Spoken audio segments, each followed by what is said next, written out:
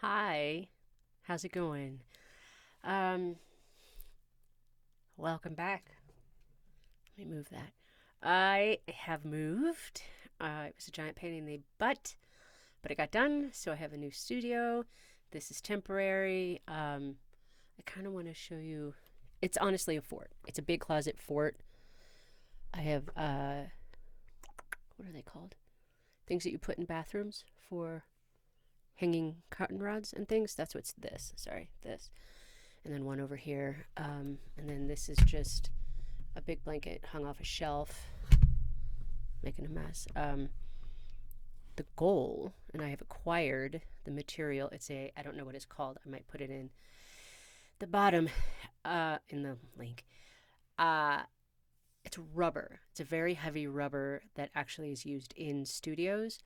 And we bought enough to cover the wall. So it's basically the same idea of what's happening here, only rubber. So my partner's going to build a frame. We're going to roll it out. It comes in a very heavy roll. It's like 200 pounds. It was crazy. Um, Roll it out, measure it, cut it, affix it to the frame with staple gun, I think. And um, it ought to work very, very well. I hope so, because it was $300. So it was a $300 experiment. So we'll go with that. But I will say, for the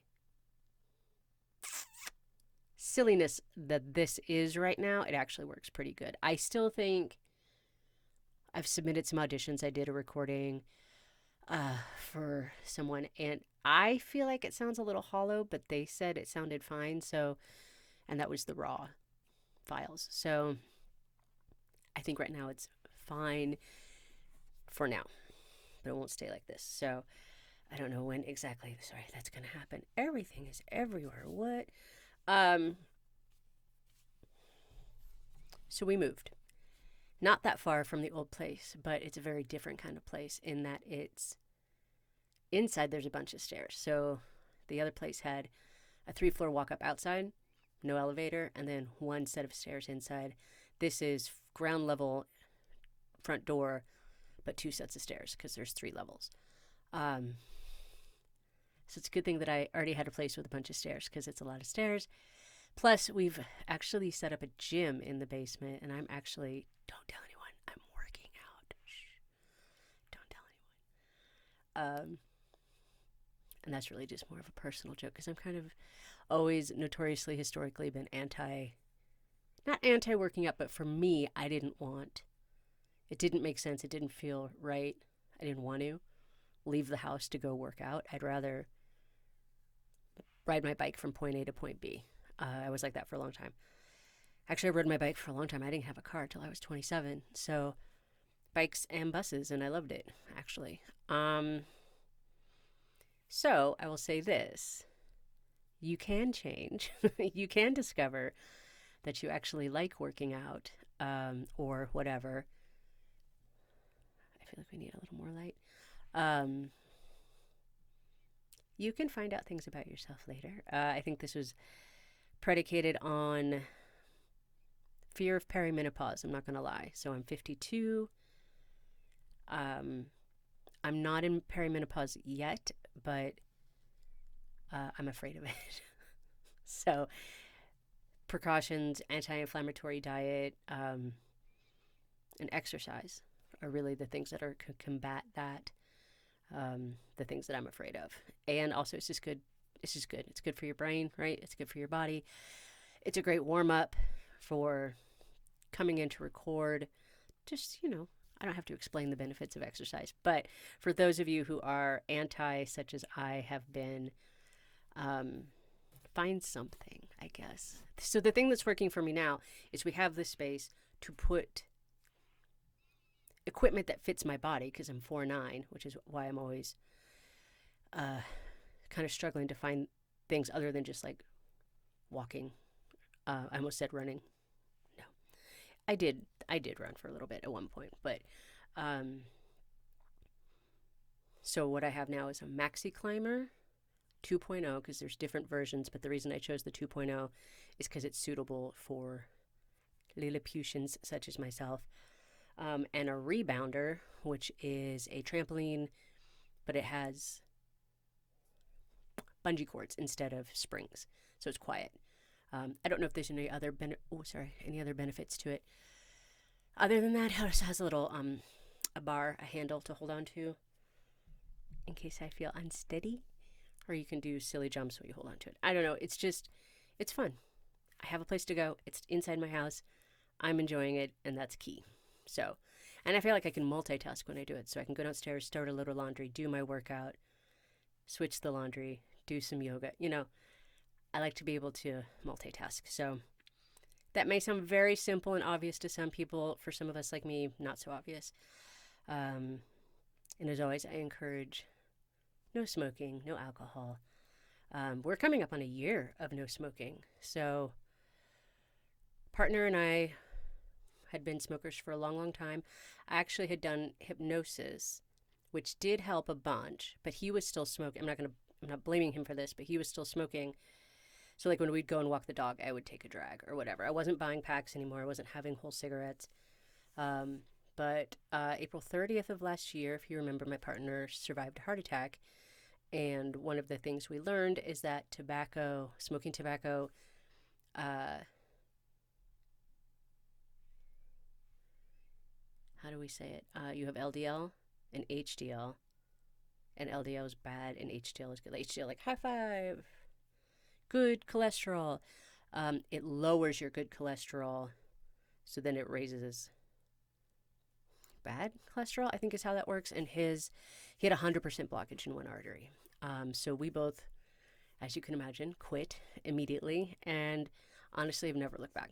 Like, I don't recommend it as a quitting methodology, but that's what it took. So, and then also he and I have been alcohol free for a long time. I think these things are important. I do now. Obviously, I didn't for a long time. But that's the work. That's the shadow work of dealing with your shit and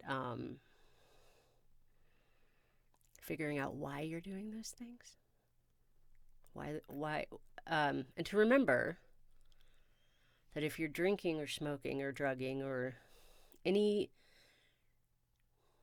poor choice of a coping mechanism derives from somewhere. And it keeps us running and going like this. Like, I can't look at you. I don't want to look at you. But I'm going to keep doing this so I don't have to deal. So the shadow work is I recognize that this is not helping, and I recognize that this is not helping. And I need to look at whatever it is and face it and deal with it. And my experience has been, by and large, once I was able to acknowledge that I had stuff that I needed to deal with and I was willing to look at it, it was actually much, much easier than running away. Running constantly is exhausting. So that is my advice to you. If you are a person who is struggling with anything, honestly, be courageous and look at it. And love yourself. Love yourself through it. Start there. Love yourself enough to want to begin the process of looking at it. And love yourself all the way through.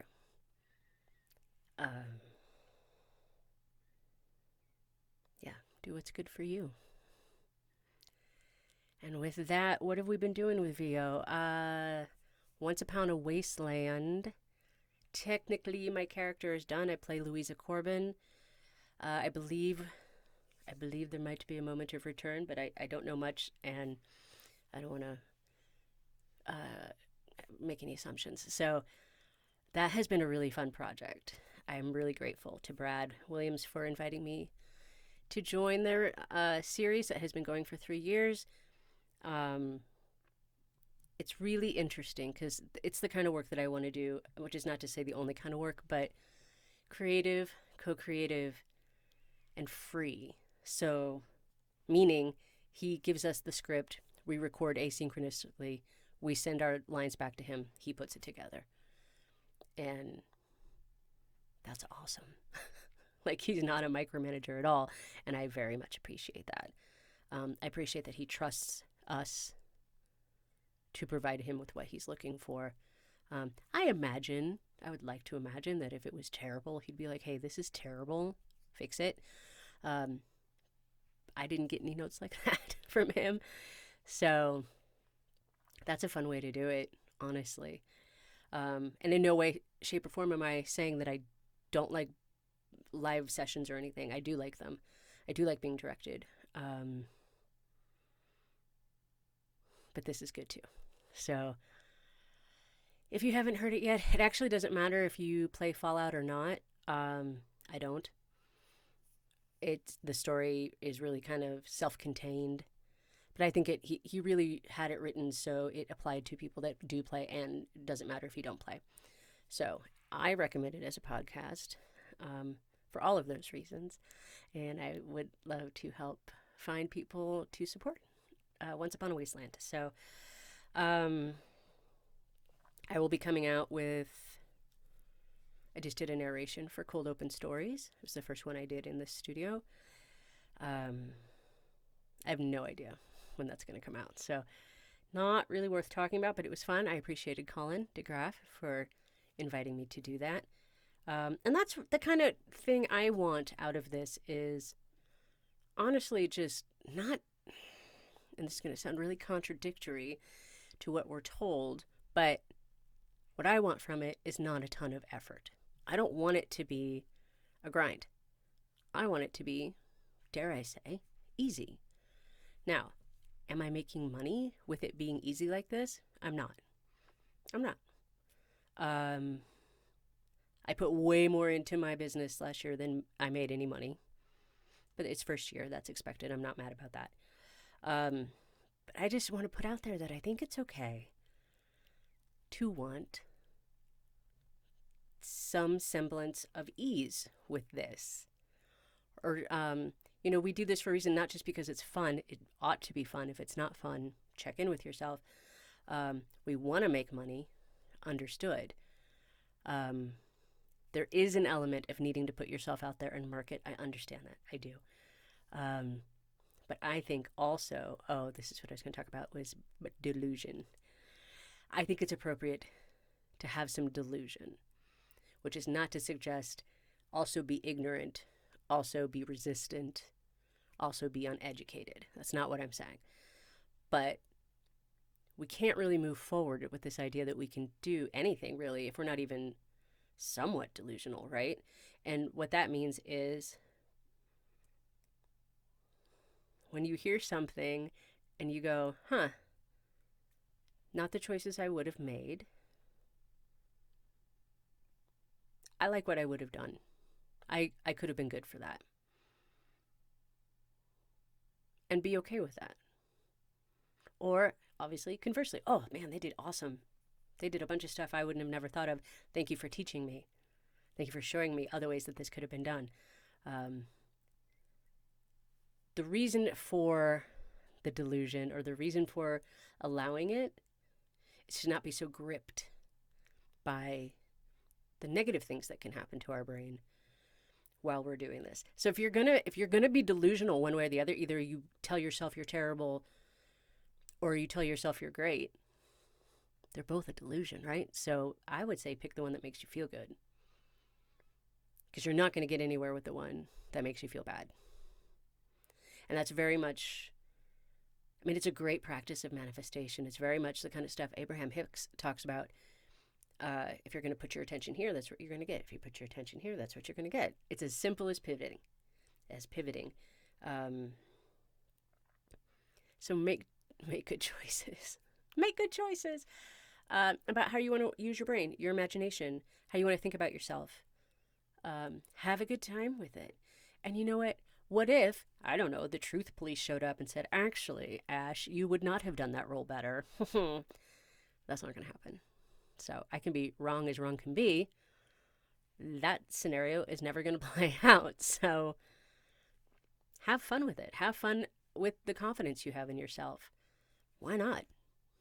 I just don't see any reason why not. You'll still learn. It's not to suggest that you don't have learning to do or growth to have. You have growth to be had. That's not what it means. Just finding any way possible to bring more fun and joy into your experience as you go along this road. Um, I think it keeps us from getting a little too bogged down with feeling like we're supposed to be somewhere else on the journey at this point, because time has passed and I should be there. Maybe. But I feel like if you don't love yourself enough and don't have the joy in just where you are now, then that idea of I should be there is never going to end, and that's going to kill the dream. So be where you are, be okay with where you are, be delusional about how good you are, or be confident about how good you are. Either way, if you're like, I refuse to be delusional, great, then be 100% accurate and confident about where you are. However you want to phrase it, it doesn't matter. Just, I keep seeing people just complaining and whining about where they're at, and that is just this weighted tether that does nothing for your spirit or your career, your mental health, nothing. So that's my advice to you. Not that you asked, but have more fun. Have more fun. I think I'm thinking about it too because I have had some experiences regarding social media where I am starting to really back off. Because I don't want to see that stuff. There's only so much encouragement you can give people who are resistant. And that's a whole thing too. Like if you're asking questions, if you're asking for help, if you're asking for ideas, and people give you those answers or give you their ideas, maybe it's not the answer. Again, is the truth police going to show up? But it just seems like it's not as simple as ask question, get answer. It's like ask question, give answer, and this is the experience I have. Somebody comes in and tells me that my answer is incorrect because it's not their experience. And I'm like, well, that's not helpful either. So I love to help people, and it might be a little bit of an addiction on my part. I hate to see people suffer, but it's also not my job to save them from their suffering. But also, if you're asking, I'll give an answer if I have one. But also, if that answer is going to get attacked,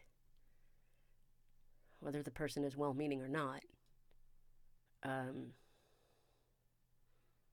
it makes it hard for me to want to, which maybe is a blessing. Maybe I need help stopping trying to help people so much. I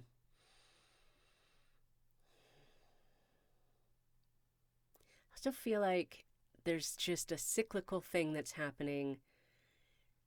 Okay, so you know the idea of the NPC player in video games? I see it in voice acting. I see it in any culture, American, I'll speak because I haven't been out of America, but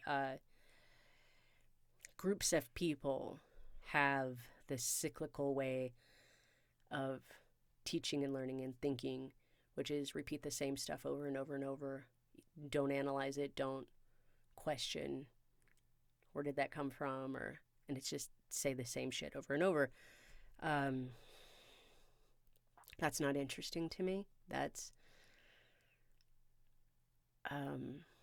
stuck as far as I'm concerned.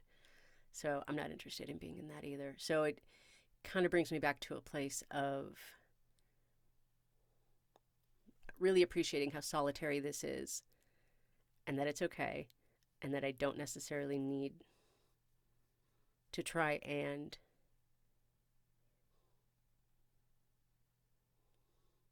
the word tether is still in my head, attach myself to other people in order to feel validated or feel connected. And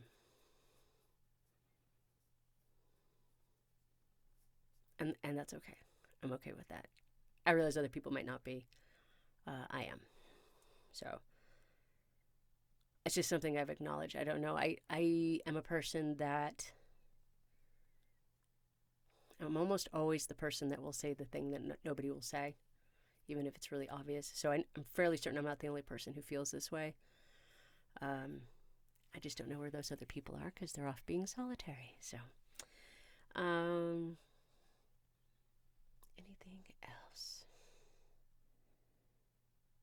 I'm sure I'll think of something when I stop. But in any case, I hope you're all well, and I'd love to hear from you. I actually would. I know what I just said, but I am receptive to feedback and conversation. Not NPC conversation, just more than that. We're all more than that, right? So I hope you are well, and we will talk again soon.